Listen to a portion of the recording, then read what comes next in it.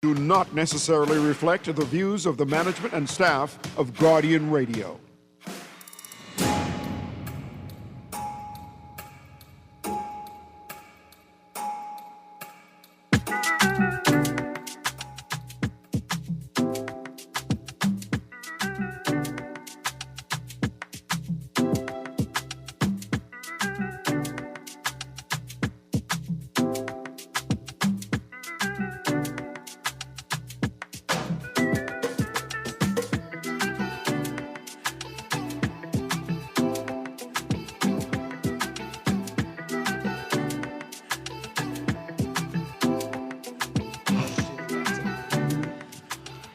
Good yawning this morning and welcome back to Guardian Radio 96.9 FM, your station for fresh news, smart talk all day. It is Tuesday, the 7th of October, 2025, and you are on the clock with Erin Green. And I've got guests in studio. Let me say this. If you got student day, I'm not saying Hookie, maybe mental health day, right? Maybe you taking a mental health day and you need somebody to help you run errands. I understand it. These things are getting stressful out there. But if you got your kids around you, keep the radio on. If you just walk out of the break room at school, walk back in the break room, and maybe if you have some Shakespeare classes going on, literature classes, turn the radio on in that classroom. I kid. I know y'all don't have any radios installed in your classrooms.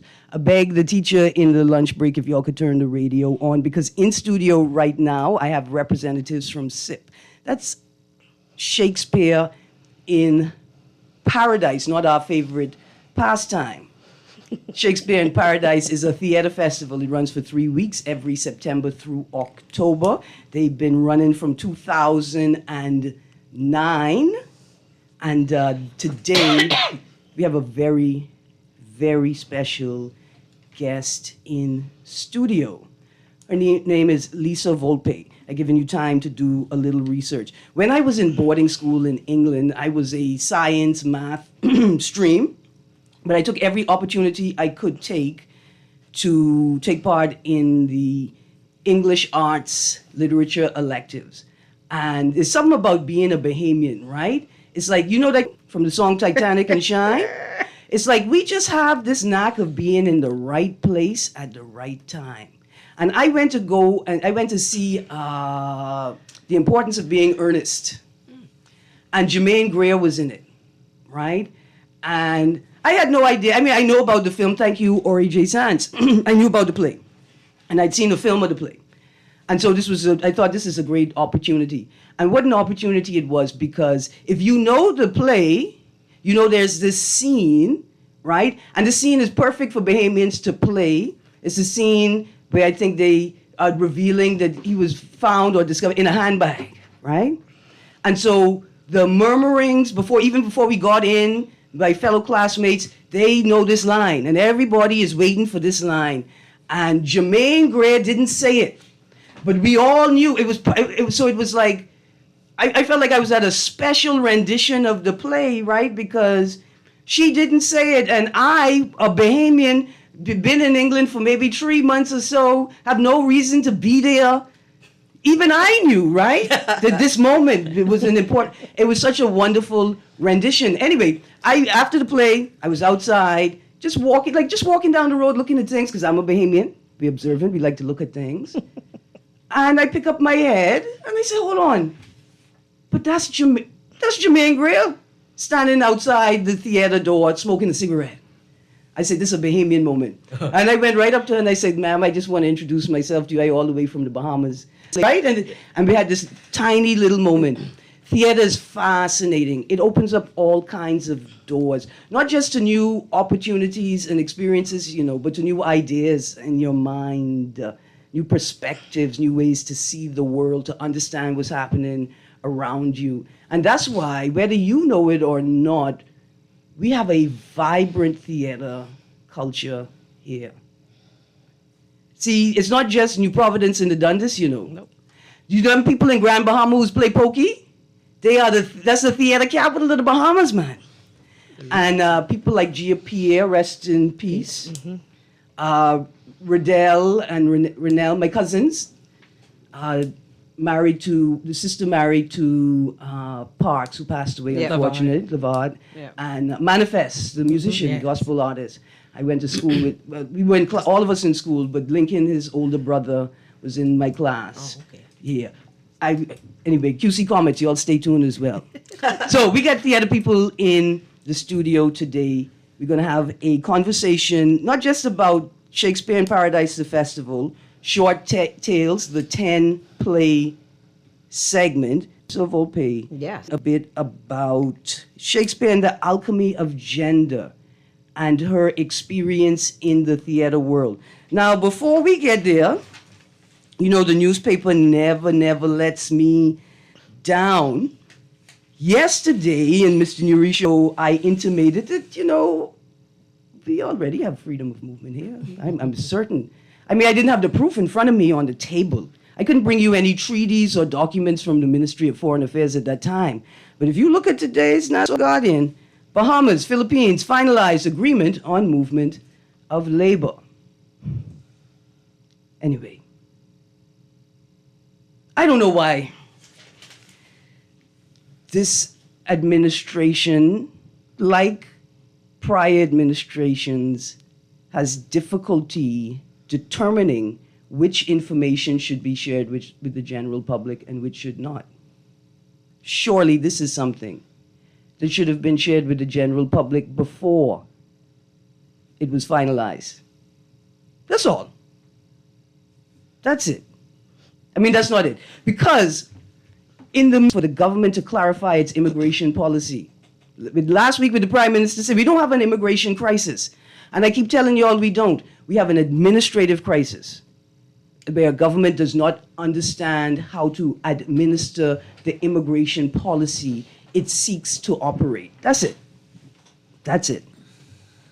Anyway, this is a great segue because sometimes my government makes me think that they are the best theater company in the history of the world. Joining me in studio along with Lisa Volpe, I have Malin Seymour Major. Ford. QC Comet is actually her last name. And Dr. Nicolette Bethel. Good morning, ladies. Good morning. Okay. You did not say QC Comet. Oh, I forget. Dr. Nicolette Bethel is QC Comet. I know I predated Comets. Oh, you were before. She was before. I was Comet. before the Comets came along. The Comets must have come along when the auditorium came along. That's all right. That's when we were a giant star and then we turned into a comet. Yes.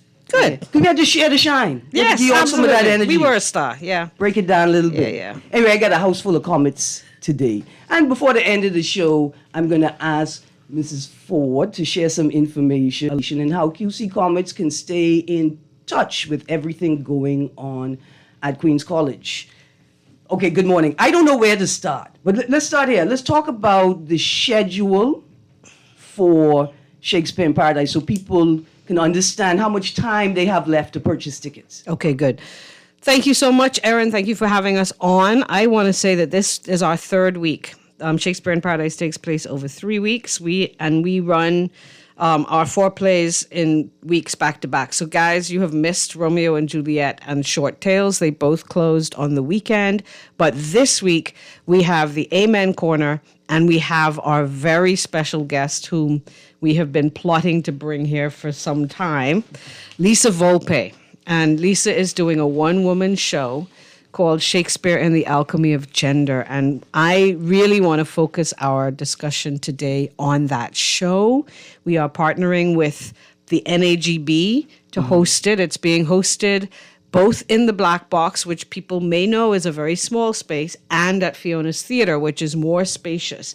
So I really want to push the Thursday night performance of Lisa Volpe's show to ask people to come on out, support the NAGB, support Shakespeare, and come to Fiona's Theatre, 8 p.m. Thursday night. And Fiona's Theatre is the outdoor theatre in the National Art Gallery compound. Yes, it is. It's our open air theater.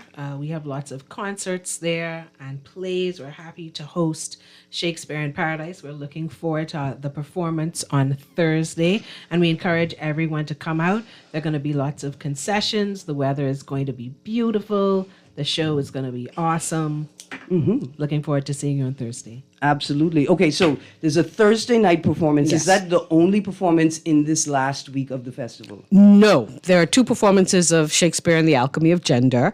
I'm really pushing the Thursday night one because that's the one that can accommodate the most people, and because it is such a lovely spot. And and our show in the Black Box is already gaining traction. So don't Close come to to the Black selling Box. out. Go to I got NAGB. you. Absolutely. All right. So Tuesday night, what time does the show start at the Black Box? All our shows start at 8 p.m. and fellow Bahamians, that means 8 p.m. It doesn't mean doors open 8 p.m. Show starts 9 p.m. Doors open 7 p.m. Show starts 8 p.m.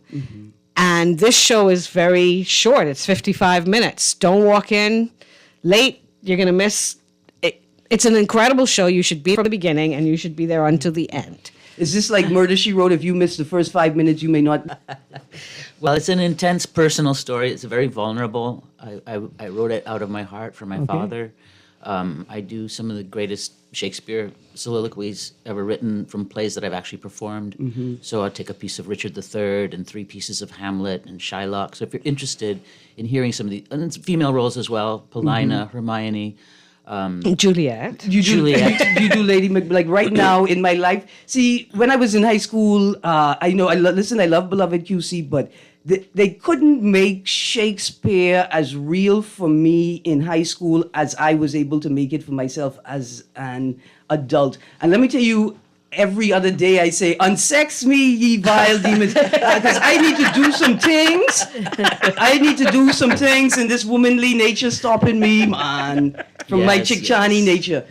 Okay, so I see we have a caller on the line. Caller, I'm going to let you into this conversation because it's exciting. But listen, we talking Shakespeare, okay? All right, let's go. Good morning, caller. Good morning, caller. See, that's exactly what happened to me when I sat down for my O-level Macbeth. I forgot everything I memorized. So, Lisa, I found this review of the show. Okay. It says, from cross-gender exploration to the legacy of Auschwitz, Lisa Volpe's internationally triumphant one-woman show confirms Shakespeare's insight into the human condition is as relevant as ever. So earlier you mentioned it's a very personal story, and I imagine that Auschwitz is a part of your personal history? Yes, my father was a survivor. His whole family died at Auschwitz, and as they were arrested and murdered, he became more and more involved in the resistance. So he went underground with the French underground resistance, and he took on various false identities to get Nazi military secrets, and then he walked across no man's land and gave it to the Canadians, and they let him fight with the Royal Winnipeg Rifles that were known as the Little Black Devils. They were a fighting unit from Winnipeg, little farm boys, and my dad spoke 5 languages fluently. He was born in Berlin, so he could be a double agent. And it really was a very violent time. Yeah. Where there was murder every day in his life. And he committed suicide when I was 4.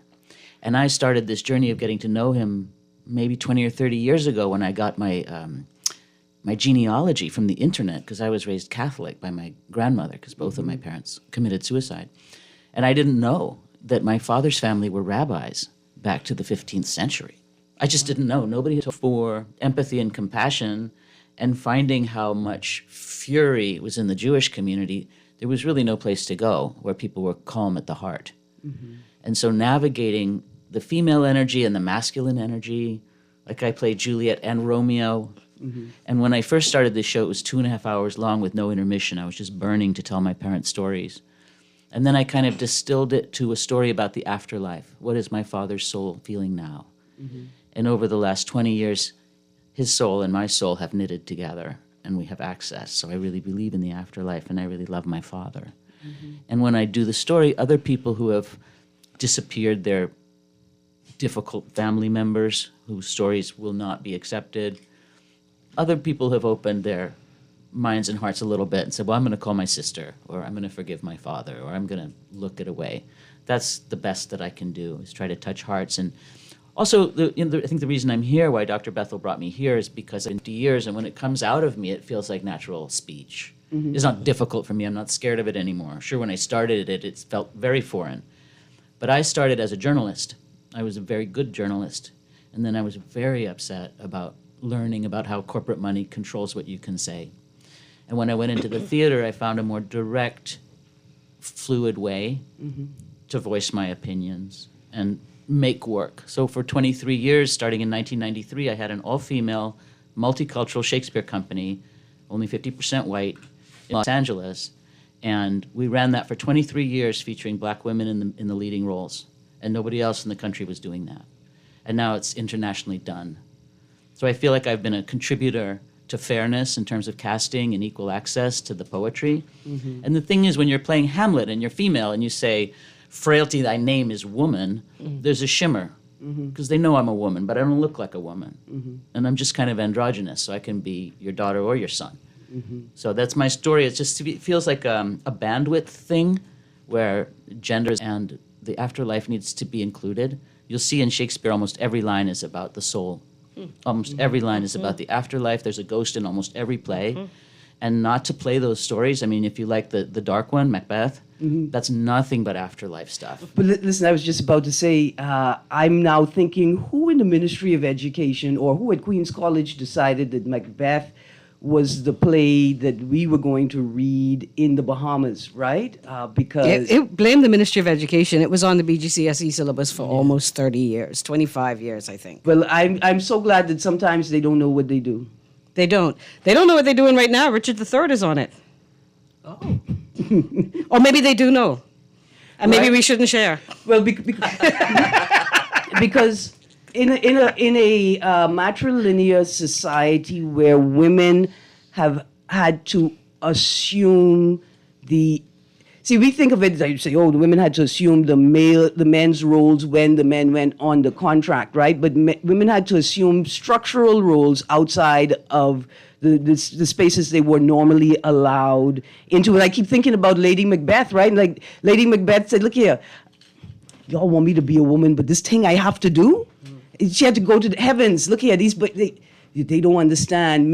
Please take this from me so I could do these things don't mind the things she was doing. That's a different story altogether. She's into some badness back then. But I think about it all the time, right? Like, what is required to survive this plantation life and do what is required to survive in this place. And then, of course, our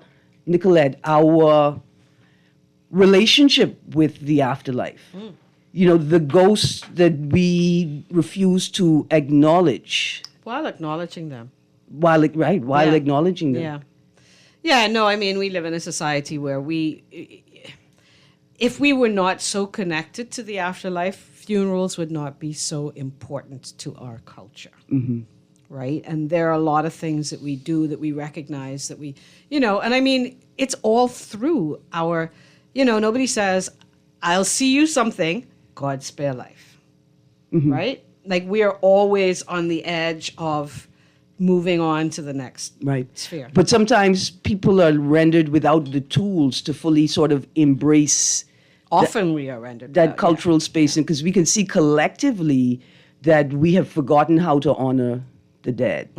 Collectively, we have forgotten how to create space, right, for those in the afterlife. And I want to ask you, was my teacher correct that Shakespeare is a tool that could take me through life? Like, Lisa, in your practice, did it take time to find Shakespeare as the mechanism to tell these stories? Or did you always know this is the mechanism I'm going to use? When I found Shakespeare, I was probably 19 when I went deep diving. And so that's, 50 years of work. I knew immediately that I was going to be fulfilled in that path. I was very smart, straight A student, had already traveled to Europe, experienced a lot, spoke various languages, and was frustrated with the school system because they were lying to me. Like everything they said that was history was a lie, and I'm a researcher and I knew it. And so that always gets me into trouble. I'm smart and I'm pushing it. I'm like, no, that's not what Thanksgiving is. This is when you murder the indigenous people. Yeah. This was not a party. I'm not having it. But I was 11, so I read a lot. Anyway, the Shakespeare took me into a feeling place, so I could come from my heart instead of my angry head. Okay. And so it helps to balance me. The stories are in my heart. And the rhythm of Shakespeare, ba-dum, ba-dum, ba-dum, ba-dum, ba-dum, is the rhythm of your heart. And I know that now because I've lived through so many roles. I mean, I've played Richard III 4 times. I've played Iago 4 times. I've played Lear. I've played the big roles. And, if you play Hamlet, you have 1,400 lines. If you play Ophelia, you have 60. And the difference in the amount of expression that you're allowed for the female characters. Every tragedy has the female characters. If they're ambitious, they have to be murdered or silenced or commit suicide. And every comedy, they have to put their dresses back on and get married. But when you do that with an all-female cast, you find shades of meaning in that. Like when you talk about the power that you need to survive in this world, which we call masculine, or the directness, which is Assertiveness and women are preferably indirect and painted and and with the coy and coquettish or coquettish, yeah. Exactly. The tendency to go off your voice and talk like a fool and smile when you're not happy and please everybody and never say. Gentlemen, I didn't realize. Yes, I used to practice that. That's why I can't practice Obey No More, Kermit. You used to practice that, Erin? I mean, the police said I can't talk about it, Nicolette. But yes, I used to practice that. But the power of that Scottish play, that Macbeth you're talking about, you say, I ask heaven for permission. But that was written to say, I ask the devil. So that's why she has to commit suicide off stage, because they're saying ambitious women end badly. Because to get their ambition, they have to go to the devil. And then their heart goes cold and their husbands don't love them and everything goes to hell. So that's the real story that was written for King James, who was not a lover of women, right? He was a misogynist who was gay. And let me just say this, man, it's okay. You have permission to not love things you're afraid of. Okay? That's very That's that's deep. very, very kind of you, Erin. Yeah. I think that's really generous. But that doesn't excuse you. You still have to work through your trauma. But you have permission to not love things you're afraid of. Okay. That's deep. Yeah, man. Yeah, so you have to go around the world. Like I've been performing the show I'll do tonight and Thursday all over the world, 30 major universities and all the Shakespeare festivals in America and Canada and Italy and Prague 5 times. Do you know, it's just a little poem I wrote about how I'm surviving. But because the Shakespeare in it is at an expert level, it's useful to hear on that level. And then some people find the story understandable, like they get why I'm in trauma about these deaths and the lack of respect for the afterlife. Because I'm the only person in my whole family that's honoring my father. The only person. Yeah. And the justification for that is they're Christian and he was a Jew. And it makes me so sad. Yeah. And then you see it in world politics as well, and people can't get along. And I would love to find balance in myself, but the world is really difficult. And so it's great to see people making theater. Theater means the place where you see God. It's the same root word as theology or therapy. And how you see God is different for each person, in each culture, in each community. But it does have that divine essence, which is maybe my best part of self, is when I can know that's who I am. And then everything else, because I'm a queer woman, is difficult. I come up against hatred every day. And you just have to imagine that there's some safe place somewhere.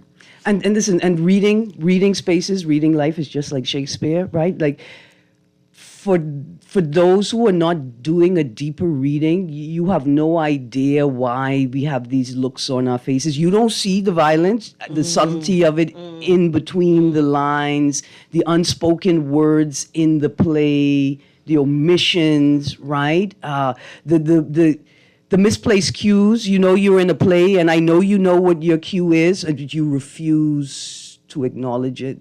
Or did you just not give it to me?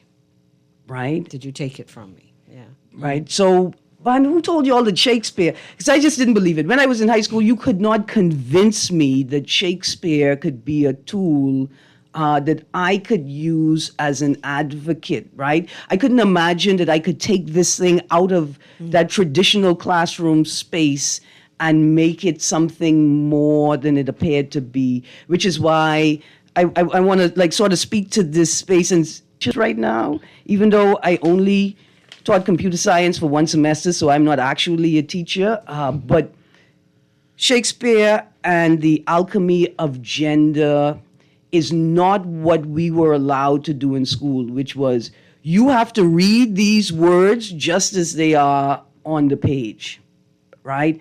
And then, so that was the first experience. And then you go to a play now. So I think it may have been Macbeth at COB, may have been the first Shakespeare that I saw. And so we go to this play, and I see Mills, Gordon. Mills, and so it's the first time I see a different setting. So it's the same language, right? But it's a completely modern Bahamian framing of it. Was that Merchant?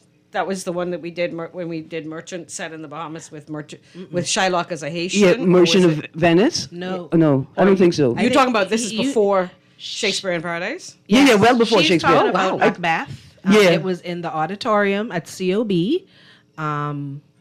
Burroughs. Oh, you mean our Macbeth? Yeah, I it was think like so.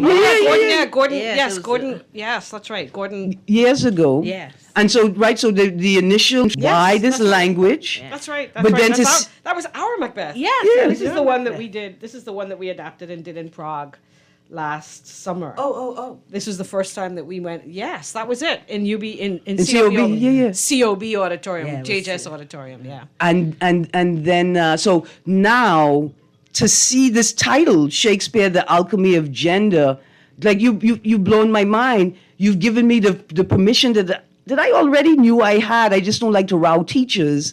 It's Shakespeare 2.0. You're not just doing a Shakespeare play in your own framing, but you are taking Shakespeare characters and imagining the parts of them that were erased in the original Shakespeare stories. Yeah, my story's like a quilt. You know, it's got your baby pajamas in this corner, its handkerchief, and just pieces of text that were, it's like a rock in a stream that I remember. That's where I had to get a navigational skill with my kayaking. I have to. This is happening. Do something. And so those are the moments where I became stronger and See, stepped up. we know about that. When you sailing, you got to know how to tack. The boat, you got to know how to catch the wind and make the turn and Yeah, you control do. the wind, right? And many of us, those are the spaces within which we discover more of ourselves and we grow. Now, ladies, we're going to a break. When we get back from the break, I've got some more questions. What has been your most interesting experience of Shakespeare outside of your own performance? And which of the characters that you play are your favorites to play? Listen, we're going to a break. I want you to imagine the shine in all of you. See, every day our lives, right, are not just entertainment, but we're living our lives as dynamically as these characters on stage. And we need to create space for each other to acknowledge it, to see it, and to allow people to bloom in it. We're going to a break. We come in right back. Stay tuned on The Clock with Erin Green. With pride. All I know is I'm glad you're mine, and my feelings can't hide. I can't sit down and I'm spinning round, honey. Oh, look what you do to me. Oh, look what you do. Your solution for rising gas prices and expensive car maintenance has landed. Brand new 2026 electric vehicles from BYD have arrived at Easy Car Sales. Imagine no more gas and major savings on maintenance. Test drive a BYD EV today and save thousands with the car that redefines driving. Visit easy242.com for our 3 locations, in-house financing, and more. Easy Car Sales, the only authorized BYD dealer and warranty provider in the Bahamas. Don't wait for a storm to arrive. Stock up on hurricane supplies, make home repairs, purchase a generator, and more this hurricane season with a Fidelity personal loan. Make that move today. Call 356-7764. Fidelity, we're good for you. R and Bailey 85 Pacers, where you at? It's all about the stakeout. The Saturday, October 11th, from 12 midday to 5 p.m. R.M. Bailey Park, our very own Canterbury team. Steak off the grill, chicken off the grill, mouth-watering fried fish. Tickets are only $20. In the starter corner, Conky Tongue fritters, chicken wings, and cheesy macaroni. In the dessert corner, pound cake, delicious chocolate cake, and carrot cake, all on sale. Get tickets for the entire family. Our proceeds will aid classmates' medical fund and rehabilitative care. Music by DJ RC. Don't meet me there. Meet me there on October 11th at 12 midday to 5 p.m. R.M. Bailey Park. Class of 85 Staker. I will always help him out. If my brother's in trouble, I will turn the world around. I will fight for his right. It's the glitziest night in agriculture, where roots run deep and the spotlight shines bright. The Agrarian Awards 2025 takes center stage on Saturday, October 18th at the Atlantis Paradise Island Grand Ballroom. And you need to be there. Presented by the Ministry of Agriculture and Marine Resources and the Agricultural Development Organization. Get your tickets now at adobahamas.org or call 397-7400 for more information. The Agrarian Awards 2025, planting with heart and soil. In uncertain times, resilience is everything. That's why CFAL is inviting you to the financial services event of the year, the 2025 CFAL Pension and Economic Conference. It all happens Thursday, October 16th at 8 a.m. at the Grand Hyatt Baha Mar Convention Center. Under the theme Resilience in the Face of Global Uncertainty, this half-day conference is your chance to gain powerful insights on navigating today's shifting global economy. This is the premier networking and knowledge-sharing event of the year, and you cannot afford to miss it. So secure your spot today at www.cfal.com. This is Guardian Radio 96.9 FM, streaming on GuardianTalkRadio.com and the Guardian Radio app, Nassau, Bahamas.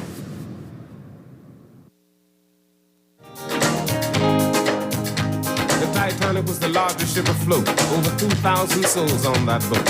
Singing and dancing and having a good time, except one black man they all called Shine. But he didn't mind, though he was no fool. When they hit the iceberg, he played it cool. Woy, woy, woy, here calamity. Woy, woy, woy, perils of the sea. 2:30 a.m. on that fateful morn, 1912, the Titanic went down.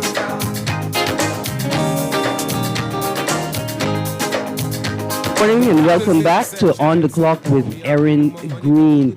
I was introducing Lisa Volpe just now to Shine, right? Now, you all know about Shine from Shine and the Titanic, but what I was supposed to tell you all is, you all know my great-grandfather was a Chick Johnny Catcher, right?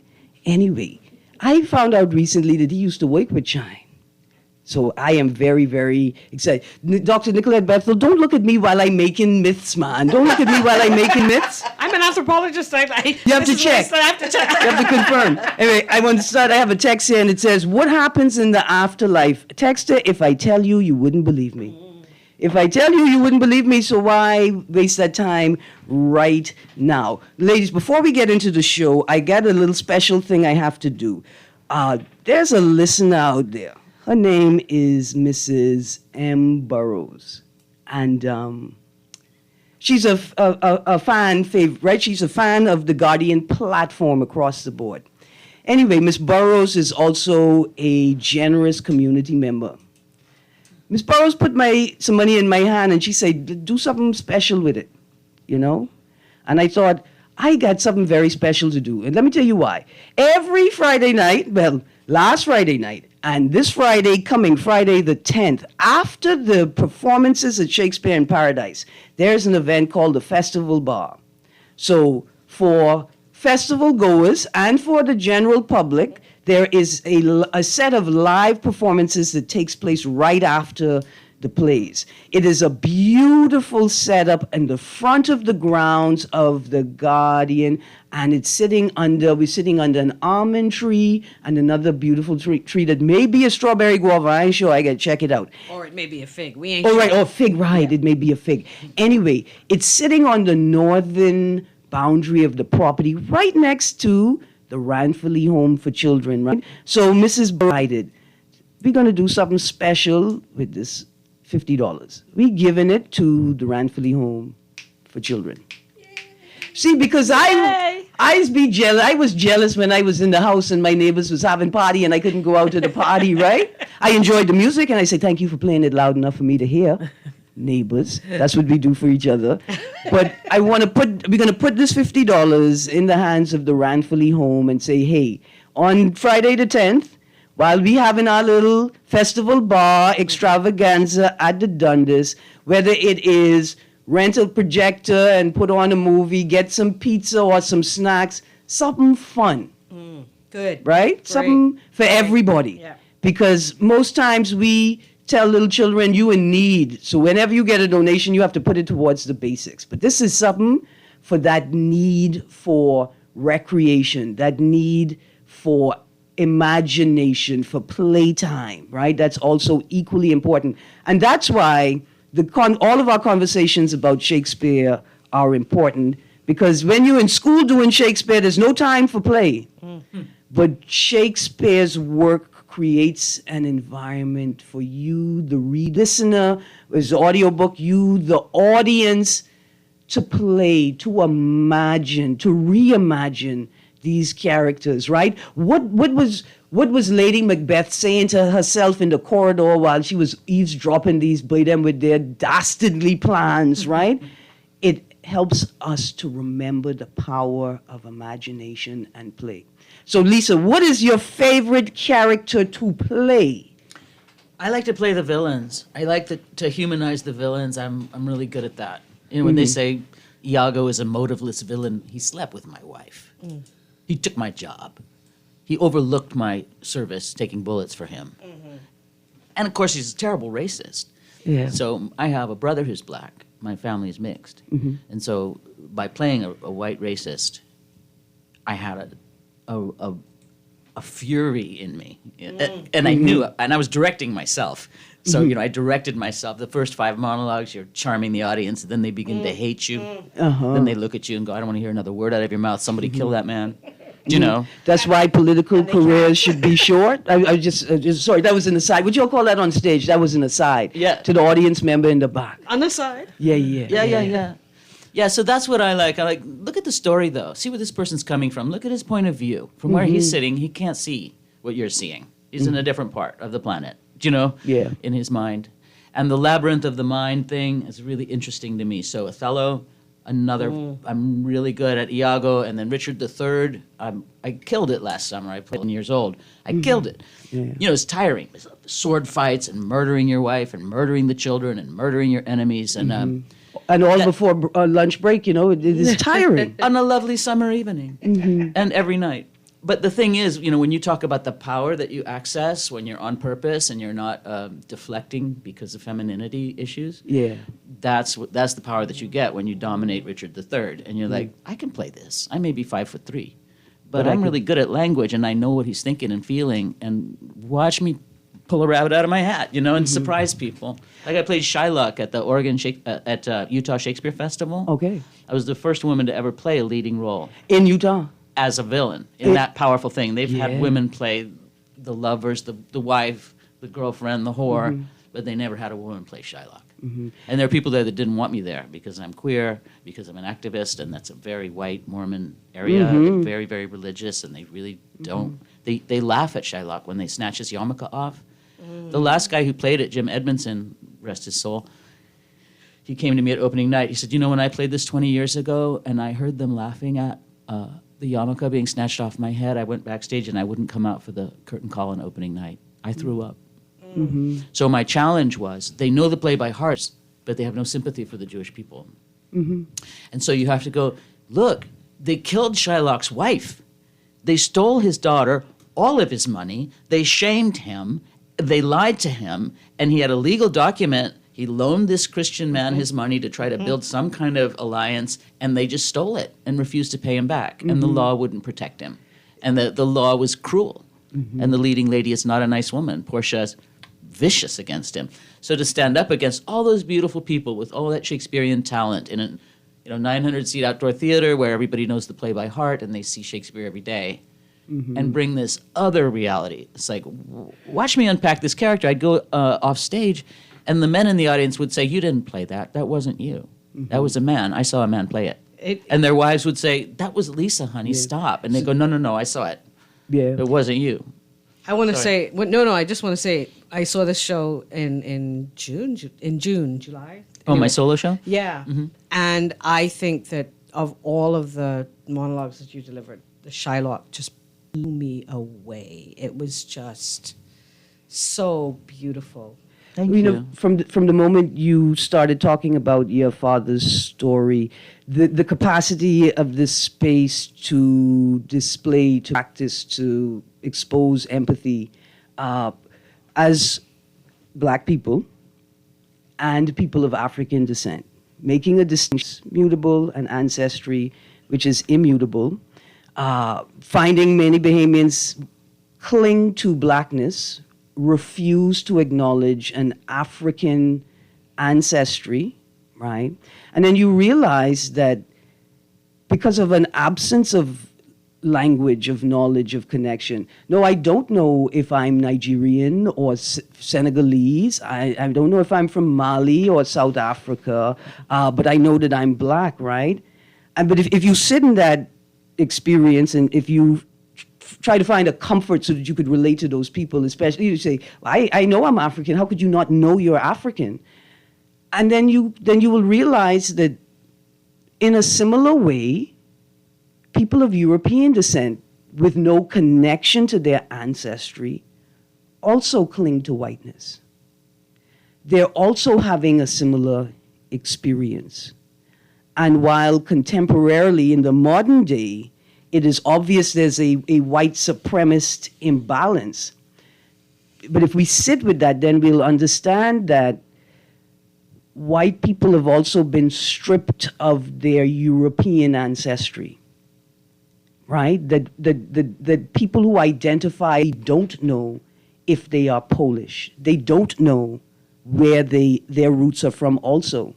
Right, and so the empathy that we can experience in this place called Shakespeare, the world that is created on the stage, right, but can only be created by actors that step in to these roles with intention. Yeah, that's the quest. You know, you find the question based on the role that you pick. I mean, when you're young, you're just like, I'll take any job. I'll be in a commercial, anything to make me feel like I didn't waste this chance to be successful in life. Give me any job. And as you become older, you know, I was good at certain things.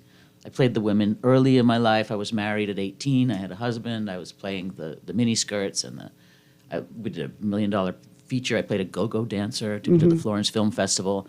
And I decided this is not me. I'm on the wrong path. This is not going to come to fruition. But the Shakespeare stuff really does come to fruition. And that thing about the kids next door who want to play, that was my life. Do you know, I didn't have anything. We washed our clothes on a washboard with a bar of soap. You know, we didn't have anything. And then my rich grandmother kind of rescued us from chaos in the Canary Islands where we were surviving. And so just for a moment, I know that there are young Black Bahamians of African descent who have no, what do you mean that there are white people alive today that had to scrub their clothes on a scrub board like my Grammy or my great Grammy used to tell me, child, my whole life, all I know is scrub board, and you want empathy, you know?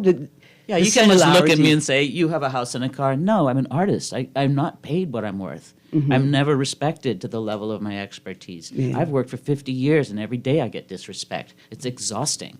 I don't actually do it for the money. I don't have a lot of money. My partner has a lot of money. She does real estate. But that we have independent lives. So the idea that I've been remunerated for the 17-hour days I've done for 50 years isn't fair. And I've grown up with nothing, and I've grown up with a lot of things. And I know friends on Broadway and movie stars like Kevin Spacey and Whoopi Goldberg. Those are my friends that I grew up with, and I watched them turn darker, you know, inside. I'm not talking about skin tone. It's a corrupt industry, and honesty is not necessarily rewarded. And people are being very, I mean, you see Jimmy Kimmel being thrown off the air in our country. Right now, we're under absolute tyranny, and it's crashing all the systems. I'm supposed to fly home on Saturday. Now I can't. I have to fly to Canada because the air controllers aren't coming and the airport's unsafe. So I have to relocate my whole life because of the current Nazi takeover of the United States. We're very concerned as our cousins to the north try to regain balance And in the same vein, practicing empathy, right? Do you mean Canadians? No, I meant the other cousins. Your cousins too. Our cousins. Your actual cousins. yeah. I wasn't sure what you meant. No, Sorry. we mean Northern Americans. Island. Americans, you guys. Oh, the Americans. Yeah, geographic cousins. I see, yeah. And cultural cousins as well. You know, the geography supersedes politics in the same way. Like as an advocate, I used to principles are most important. But then I realized that no, people always are more important than principles. So you have this connection with Florida because you have communities there. And Well, not just that, because we helped to build. And we helped to build Miami. Yeah, we helped to build South Florida. yeah. We helped to build what is R&B and contemporary music in the United States of America, from Frederick McQueen and Joseph Spence to the unnamed enslaved practitioners of old African traditions before the first recordings of Bahamian voices in Florida. Right, That's deep and beautiful and to- worth living for. That's great. yeah, to the era of funk, evolving into hip hop, and not just Bahamians, Caribbean voices and experiences have built the cultural expression, modern cultural expression of the United States of America. Empathy to be able to imagine that space includes us. You know, but such a powerful, I would just say your work is so powerful. I haven't seen it yet, but while your sister's selling real estate, you are creating new worlds in people's minds, including mine, and that's fabulous. Now, I don't want to leave the other plays and actors out. So for Shakespeare in Paradise, we have the Amen Corner is up Amen next. Corner is up next. It opened last night. This is James Baldwin's autobiographical story, really. His mother was a I don't want to say a preacher, she was a religious leader. And it's about a religious leader who has a son. Her son makes a choice, and it's her story. I don't want to say too much because I don't want to give away the story. But it's an incredible musical, right? It is. Oh, it's a musical as well. Well, it's we have made it into a musical because there's a congregation, right? And they Well, sing. you Gotta have singing. yeah. And so the music is going to be really powerful. The performances are powerful. The story is amazing. I think there's Baldwin's works, and this is one of his stronger ones. And it's been a while since we did it in the Bahamas. All right. Yeah. When was the last time y'all did it? 1994. Okay. All right. I wasn't even sensible then. It was my fault. I wasn't sensible then. Okay. So the Amen Corner. Every night, 8 p.m., except for Tuesday night. Tuesday night, 8 p.m., that's tonight, is Shakespeare and the Alchemy of Gender in the Black Box. On Thursday night, the Amen Corner plays in the Black Box, and Shakespeare and the Alchemy of Gender plays at Fiona's Theater on at the Thursday. NAGB. Okay, now let's go through the list of plays for Short Tales. I know it's over. But just to shout out the Yeah. authors. Okay, cool, Because let's do as a part of the Black Box open mic team and improv team, yeah. I've been interacting with these young people, and I've been like a Grammy, because I'm in my Grammy era now, encouraging them. No, I love it. And Nicolette, as soon as I get I am my great Grammy parody. you have a mumu? not at the moment. Well, then you ain't reached. I resist. No, Nicolette, you got to get a mumu. Let me tell you something. Erin is a little child to me. Okay, so here are the 10 plays that were featured at Short Tales this year. The Wake, Yes. Jasmine Anderson Yes. is the director or writer. That's the writer. Okay. Pearls, J. Ben Hepburn and Patrice Francis. The writers. What that about? That's about a mother who is making a choice to go and change her life and how her daughters react. Okay, I got you. The Power of the Pearls, Remembrance, Ali Costa, Die Empty, Patrice Francis, Divorce Papers, Indira Green. Sorry I missed that because I still have to find out if that's like what Bumpy Watkins call a marriage license. Color coded by Michaela Kerr. Curtain Call by Hakib and Nandalao. Trinidadian. Okay, cool. Mother's Dearest, Tyler Newbold Chisholm. Yep. The Fly, Valencia Roll and Bradley Worrell. And The Witnesses, Dion Sims. Yes. Wow, this is awesome. Anyway, I just have to send a special shout out to Mr. and Mrs. Roll. Obviously, y'all have a Roll garden, and y'all keep producing these wonderful flowers. Valine Roll, Valicia Roll, and the younger sister, there's another sister in there. Valia Roll. I just don't know what y'all sprinkling in that Roll Garden community project. Yeah. Show your neighbors how to grow flowers like that, please, because those three young ladies, They are. super talented, They with are. Valine They having are. directed Ghost of Gombe. Now, Maylin, as we close out the show, QC Comets, just give us a word. When's the next Alumni Association get together? What we doing? I know what we're doing. Okay. But I tell you can find out. Okay. Go to Facebook, follow Queens College Alumni Bahamas. We are, and there you can register for our WhatsApp community. So we have a community with all of the years. Join your year. What? Join another year. Yeah, we send all the news out. We send. Well, 1992, I hope you all have a announcement. whole group and you only had, that's your business. I can pretend like I didn't change my number and I still mad at y'all. I can add you. Right, thank you, ma'am. Anyway, Lisa Volpe, Dr. Nicolette Bethel, Maylin, my QC cousin. It's been a pleasure this morning having you guys Thank in you so much, studio. Erin. Thank you.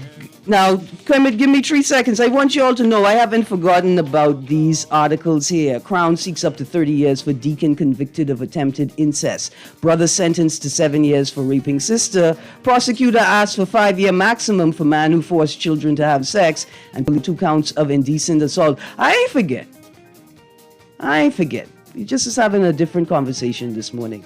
You guys stay tuned, because Guardian Radio AM with C.A. Nuri is up next. Oh, and Mrs. M. Burrows, thank you very, very much. You guys have a great day. Thank you.